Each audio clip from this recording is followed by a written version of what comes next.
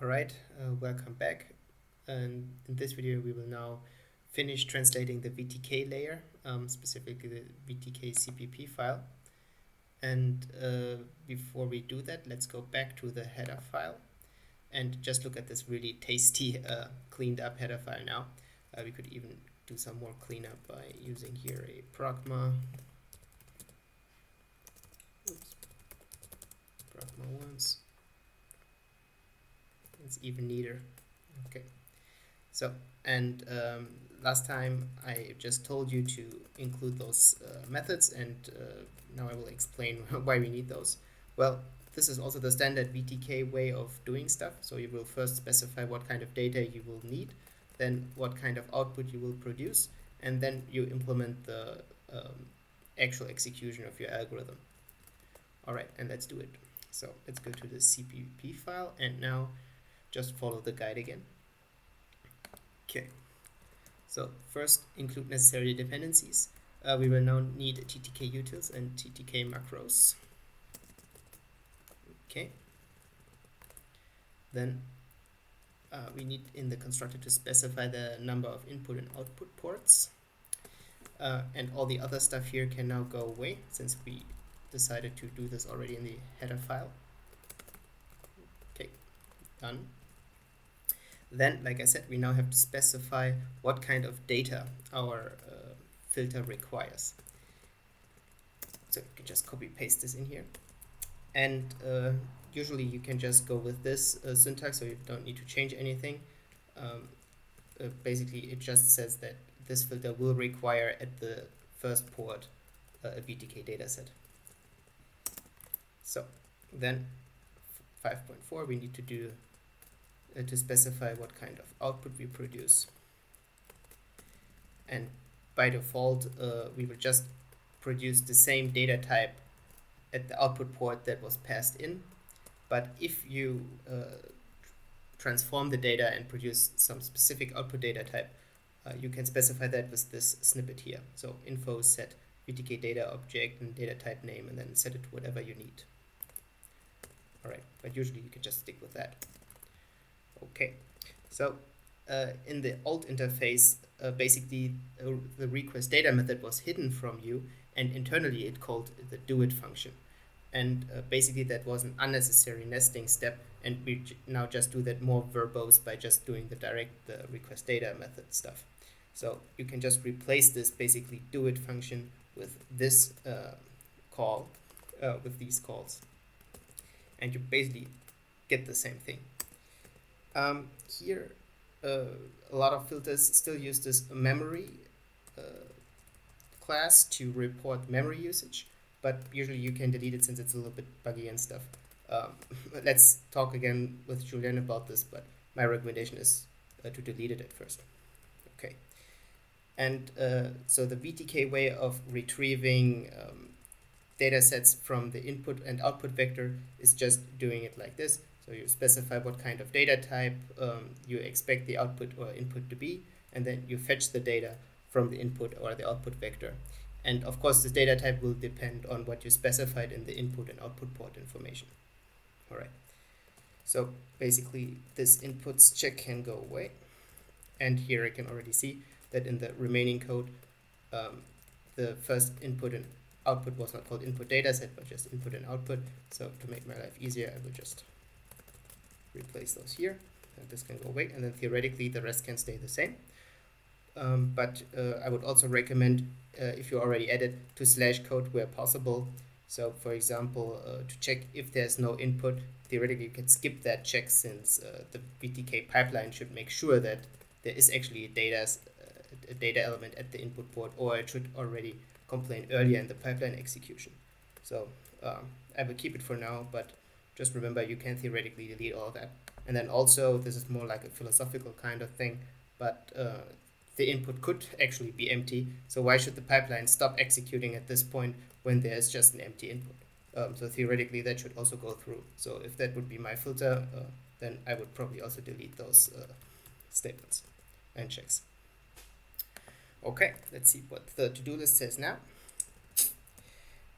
if the filter requires input scalar fields, well, I already saw that here we already try to fetch a triangulation, and I remember there is a point for that as well. Yeah, here, 5, 8. So if you need a triangulation, then just fetch it with these commands here instead. So before we always fetched it from the TTK triangulation, but now we will fetch it from TTK algorithm instead. And so the syntax is almost the same, just except that from TTK triangulation we fetch it from TTK algorithm. And then there's here a small sanity check just to see if it gets returned.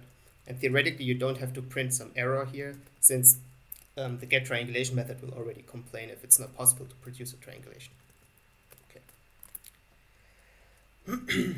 So let's see what's next.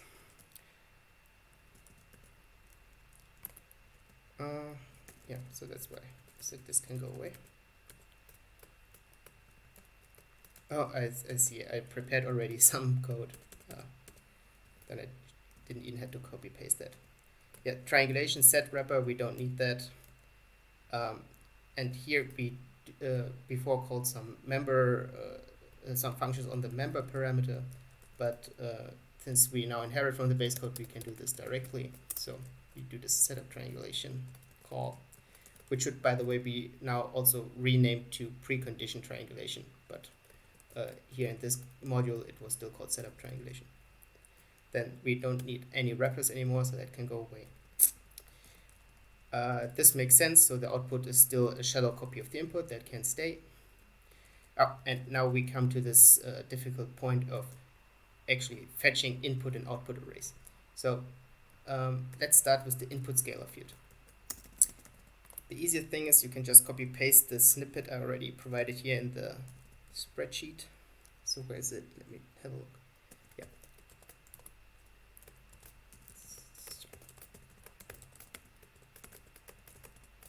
Okay, so basically what this is just now doing, it will retrieve the input array at index 0 from the input vector. And either if you approach this from a C++ program, you would have specified before you execute the filter with set input array to process what array you want to be processed, or ParaView will set it for you. But at least the fetching is pretty easy. You just say which index you want and where to fetch it from. So that's pretty much straightforward. And VTK will complain if you try to fetch an index that's not been specified. So again, you don't need to explicitly write an error statement here, but we always want to return an error if some stuff is not supplied. And by the way, in VTK, the standard is that an error is always 0 and success is 1. So this is a little bit contradictory to the common C++ standard, but yeah. So I will also in this video series stick to this convention that 0 means failure, 1 means success. I'm not 100% on this, but I think only 1 means success and everything else is failure, but yeah. Okie dokie. So that's already it. Then we have here a special thing which is called the input mask field. And by the way, like I don't want to get too deep into this, but here we explicitly require this to be a VTK char array, which is again a little bit of bad practice since char really means a character from a string. So if you want to just have a 1 byte integer, you should do signed char or unsigned char array. Then also ParaView will not misunderstand the semantics of this array. But basically you can just use the same syntax as here to fetch this at first. And we will now assume this is supplied at index 1. And then check if it's there or not. But here we cannot do the exact same thing as with the input scalar field, since the input mask has some special semantics, like we will try to retrieve it, and only if it's there we will do something with it, and so on. And the logic Julien and I agreed on is basically captured here in this snippet. So just copy paste that instead. And instead of the offset field, I'll demonstrate this here with the mask field.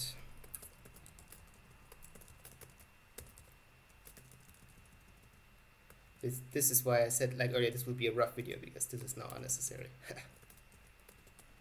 Okay, so basically the logic is at first the input mask field is null, but if somebody supplied at index 1 some additional array, then the index mask field will be retrieved from that index. And if it has not been supplied, and if we don't want to force any mask scalar field, which I think here's this flag was called different. Check. Yep, it was called force mask scalar field. Okay. Input get point data, and then instead of offset scalar field, I think it was called mass scalar field name. All right.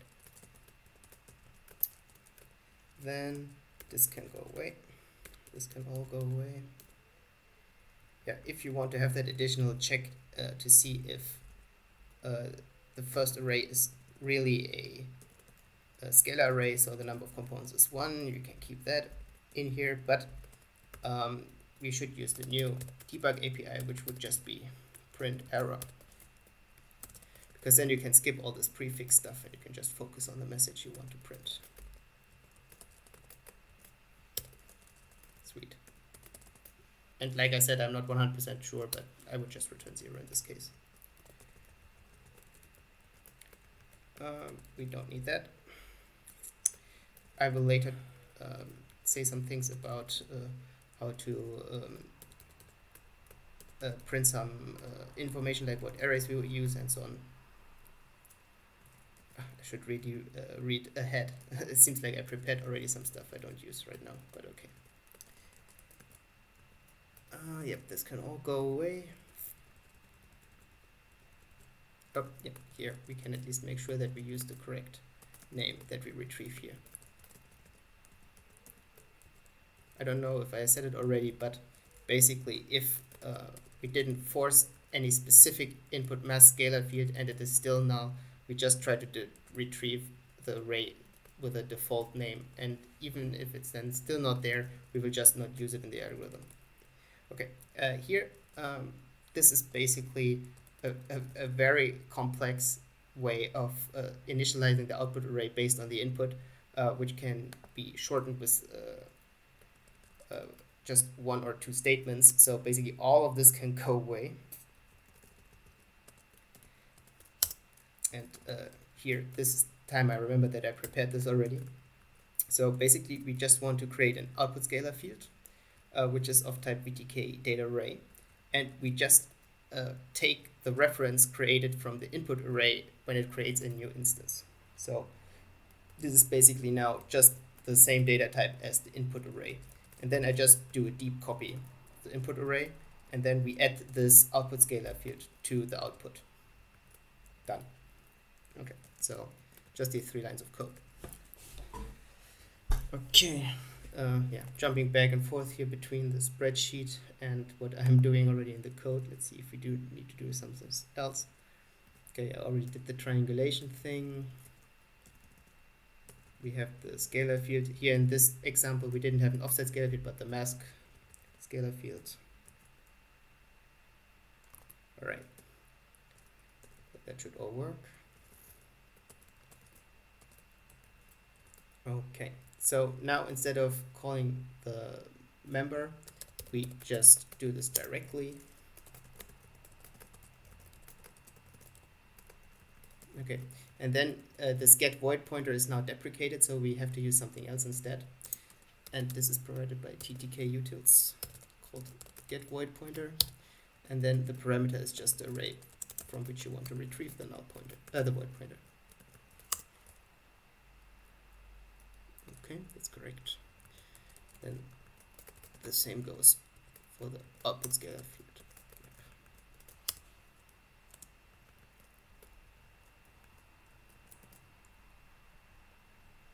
Let's see, what was this logic here? Okay, just have to make sure that we don't want to call this if it doesn't exist, so only if it's there we retrieve it from the array. Otherwise, we just pass a null pointer down there. Okie dokie. Yep, and this is the point where I wanted to say, like, oh, we can just conveniently print what arrays we are processing. So, and with this syntax here, we automatically print basically a small table. So, input array, input mask field, everything okay. And here is the old way of calling the base code, which now no longer works since we have to since we templatize over the triangulation. Remember, so the call now looks a little bit different. Looks like that, and I can delete all of this here. Let me clean this up a little bit so it's easier to read. So basically, there's this new macro called TTK VTK template macro, where you specify the triangulation type you are going to pass down, the type of the input scalar field you are processing, and then you do the actual call to the base code. In this case, the method is called smooth, and here these parameters are automatically set by the template macro. Let me see if I unwrap this here correctly. Too many brackets.